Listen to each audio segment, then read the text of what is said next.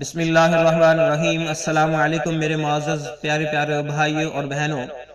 آج الحمدللہ ہم سورج گرہن کے حوالے سے کچھ تھوڑی سی گفتگو کریں گے، کیونکہ ابھی سورج گرہن ہمارے پاکستان کے اندر لگا ہوا ہے اور اس کے متعلق جو ہے عجیب و غریب باتیں اور واقعات جو ہیں سنائے جاتے ہیں، پابندیاں لگائی جاتی ہیں۔ تو اس حوالے سے کچھ گزارشات جو ہیں آپ حضرات کے سامنے رکھنا چاہتا ہوں۔ پہلی بات تو یہ کہ جو ہمیں یہ بات کہی جاتی ہے کہ بھائی جب سورج گرہن لگ جائے تو جو حاملہ چیزیں ہیں جس کے اندر عورتیں ہیں اور اس کے علاوہ جو اس کے اندر جانور جو ہیں ان کو کھڑا کر دینا چاہیے، ان کو بیٹھنا نہیں چاہیے، ان کو سورج کے سامنے نہیں آنا چاہیے۔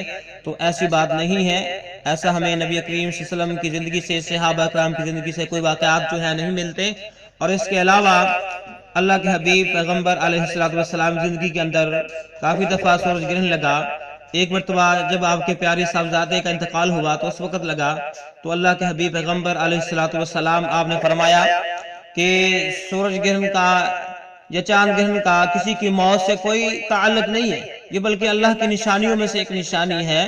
تو اس لیے جب بھی کوئی سورج گرہن لگتا ہے یا چاند گرہن لگتا ہے تو یہ اللہ کی نشانیوں میں سے ایک نشانی ہے۔ اور دوسری بات یہ کہ جب سورج گرہن لگتا تو اللہ کے حبیب پیغمبر علیہ السلام آپ فوراً مسجد کی طرف جاتے اور وہاں پر جو ہے 2 رکعت نماز کو ادا کرتے، اور اس کے لیے باقاعدہ منادی بھی کی جاتی۔ اور اس کا طریقہ کار کیا ہے، ایک دو ویڈیو جو میں نے دیکھی یوٹیوب پہ، اس کے اندر طریقہ کار جو ہے مکمل نہیں بتایا گیا۔ اس کا طریقہ کار یہ ہے کہ ہم پہلے نماز کے لیے جب کھڑے ہو جائیں گے اللہ اکبر کہیں گے، ثنا پڑھیں گے، سورۃ فاتحہ پڑھیں گے، اس کے بعد ہم نے لمبی قرات کرنی ہے، لمبا قیام کرنا ہے، پھر اس کے بعد ہم نے لمبا رکوع کرنا ہے، رکوع جو ہے وہ کافی لمبا ہوگا، لمبا رکوع کرنا ہے۔ اس کے بعد پھر ہم کھڑے ہو جائیں گے اور اس کے بعد پھر ہم قرات کریں گے مکمل، جس طرح کہ پہلے قرات کی ہے۔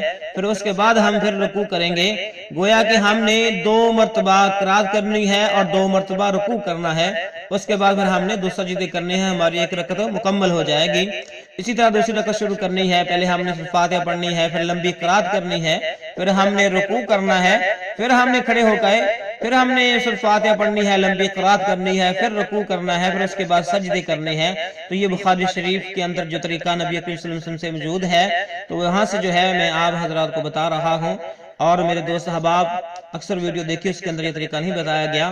تو ہم نے 2 رکعت نماز پڑھنی، جس کے اندر 4 رکوع ہوں گے اور 4 سجدے ہوں گے۔ اور جب بھی سورج گرہن لگنا ہے تو ہم نے نماز پڑھنی ہے، اس کے بعد صدقہ کرو۔ آپ نے فرمایا کہ صدقہ کرو، لوگوں کے ساتھ جو ہے بھلائی کرو، ذکر و اذکار کرو۔